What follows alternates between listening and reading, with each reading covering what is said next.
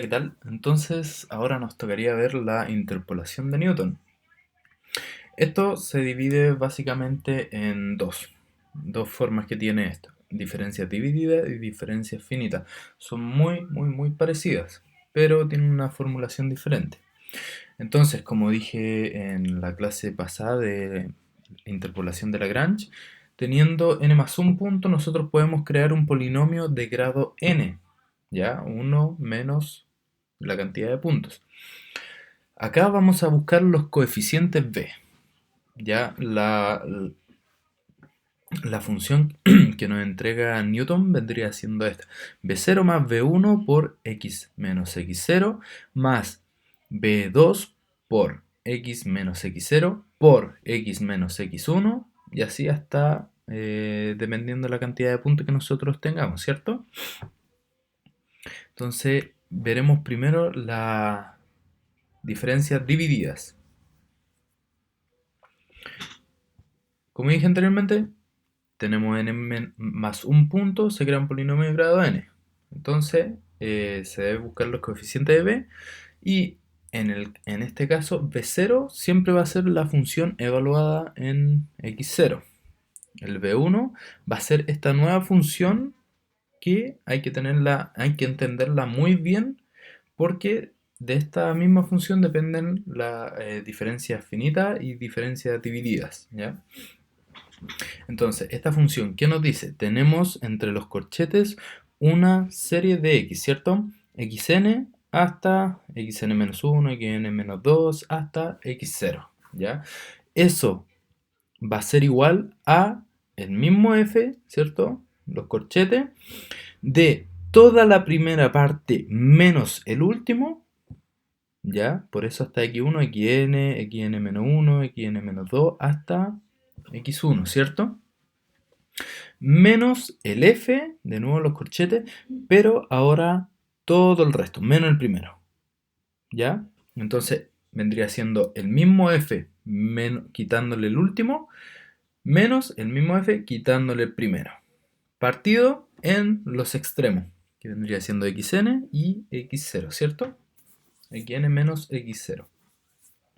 Esta función se puede ver al tiro que hay una recursividad acá. Entonces, ya como hemos programado esto de Fibonacci y muchas funciones que son recursivas, se darán cuenta de que al momento de hacer una función, nosotros vamos a ir haciéndola varias veces la misma función. Entonces, para no enredarse tanto, les voy a hacer una tabla, que por si acaso, esto es programación dinámica. Si no lo han visto en algoritmos avanzados, no se preocupen, no los quiero enredar más, simplemente para que lo tengan en cuenta, en caso de que ya lo hayan visto, les va a servir como repaso. Ahora, el caso borde es cuando el f, corchete, hay solamente un elemento. Y eso vendría siendo la función evaluada en ese punto. Por ejemplo, si tenemos f de xn, entre corchetes solamente, vendría siendo la función de ese xn, ¿ya? Porque nosotros tenemos los puntos y los valores de esos puntos, ¿ya? Entonces, aquí vamos a ver claramente en esta tabla la recursividad que se crea. Vamos a anotar acá los x, ¿cierto? Tenemos x0, x1, x2, x3, hasta depende de lo x que nosotros tengamos. Vamos a poner una columna donde están los valores respectivos, ¿cierto? x1 y este corresponde a su valor, ¿cierto? En el y, en el eje y. Ahora, acá vamos a empezar con las f.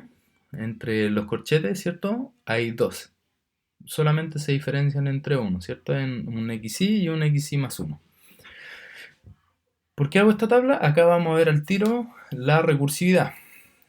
Para hacer esta función, ¿qué es lo que se necesita? Vendría siendo el f corchete de 1 menos f corchete de 2, o sea, de 0, perdón, partido en x1 menos x0, ¿cierto?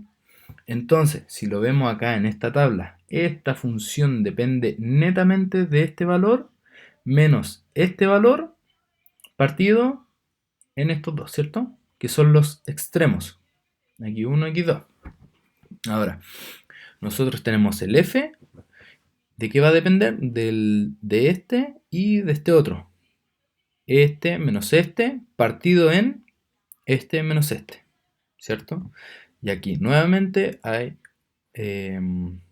va a depender de este menos este partido en este menos este. Y ahora aquí es súper clara la recursividad, en donde vamos a poner el f de x. Ahora tenemos tres elementos, ¿cierto? Entonces, el f, este f vendría siendo f de corchete x2, x1 menos, que es este, obviamente, menos f de, eliminando el primero, vendría a ser x1, x0, que es justamente este. Ya se están fijando que este depende del de al lado y el de abajo al lado, ¿cierto? Este depende de ese y este depende de ese. Este depende de ese y de ese. De esta forma, que lo que vamos a hacer es evitar repetir los valores y por supuesto ser mucho más ordenado para no equivocarnos. Ya, obviamente en esto no los vamos a necesitar. Y algo que se me estaba olvidando es que estos B se van a sacar con esos F. ¿Ya? Vamos, se me había olvidado decir esta parte, que por ejemplo el B0 vendría siendo F corchete de X0, que vendría siendo lo mismo que F de X0. El B1 va a ser X1, perdón, X1, X0, un error ahí. El B2 vendría siendo X2, X1, X0, y así hasta el B sub n, ¿cierto? En esta ecuación que nosotros tenemos. Entonces veamos un ejemplo para que todo esto quede más claro. Encontrar la función que pasa por 1,1, 2,-1, 3,1, 4,-1 utilizando diferencias divididas. Como dije, hacemos la tabla, todo normal, ¿cierto? Los x vamos a anotarlo acá, que tenemos el 1, el 2, el 3 y el 4. El f, que vendría siendo de cada uno de ellos, 1, menos 1, 1, menos 1, ¿cierto? Acá está. Entonces, nosotros vamos a empezar con esto, con este método, y vendría a ser este valor, ¿cómo se sacaba? Este menos este, partido en esto menos esto, ¿cierto? Aquí está obviamente la fórmula. Acá lo mismo, este menos este, partido en esto menos esto. Y acá más de lo mismo, este menos este, partido en esto menos esto. Esa es la gran idea de usar esta tabla también como forma visual. Se puede ver súper fácil y claro. Ahora, vamos para el siguiente término. Este término de acá, ¿cómo lo vamos a sacar? Este menos este, como lo explicamos anteriormente, ¿cierto? Partido. Ahora, siempre que hago la clase me dicen 2 menos 1, pero no, porque estamos evaluando los extremos. Este depende de esos dos, ¿cierto?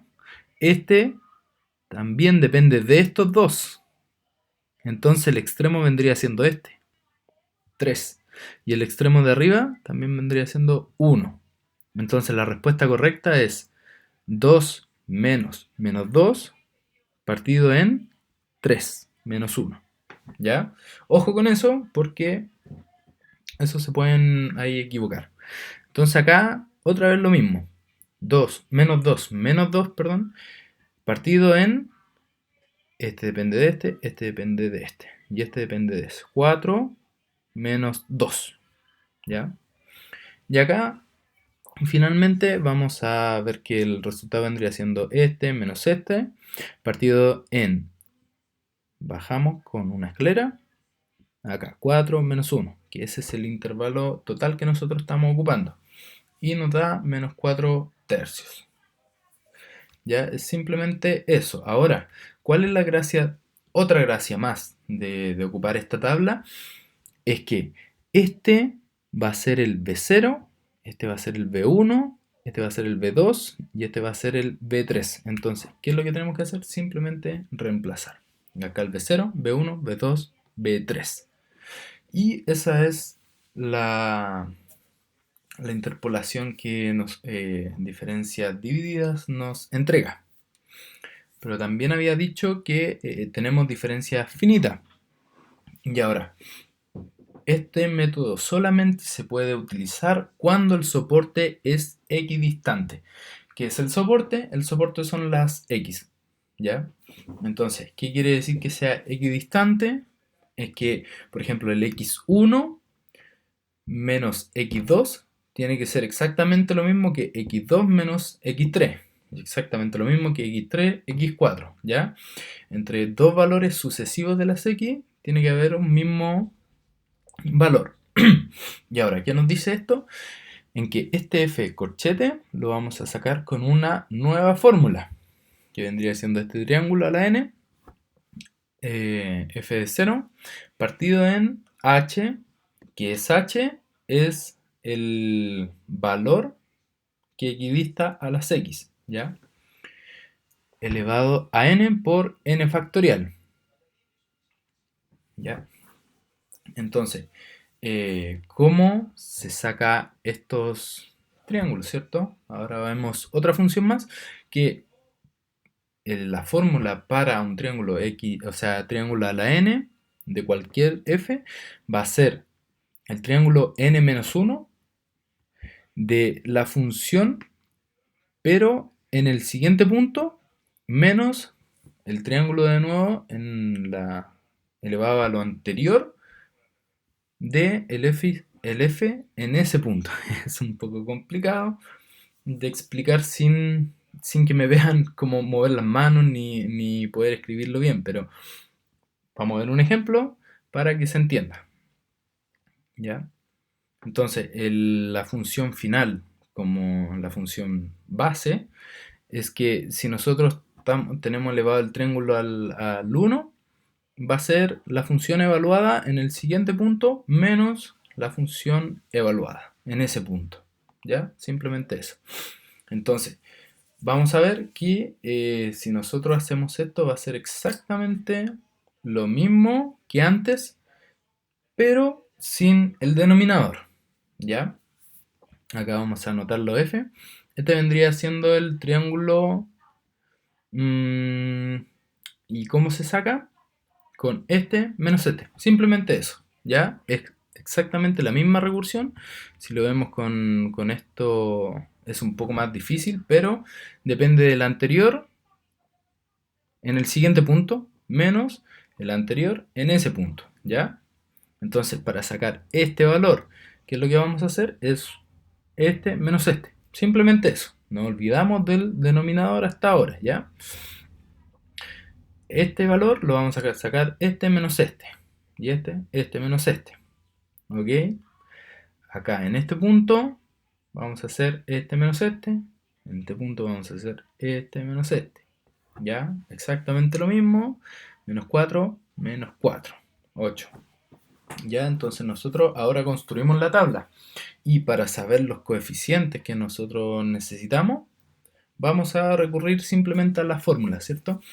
Para sacar el B3 va a ser el triángulo a la tercera, ¿cierto? Del f de 0, como habíamos dicho en esta fórmula de acá, que vendríamos a ocupar esta, porque el, el B3 vendría siendo f de x3, x2, x1, x0, ¿cierto?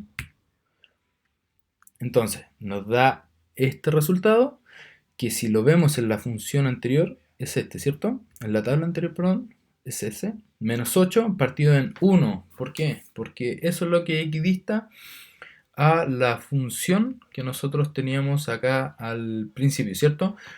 1, 2, 3, 4. Eso es lo que equidista, 1 solamente. ¿Ya? 1 a la 3 partido en 3 factorial. Y eso nos da, 3 por 2 son 6, ¿cierto?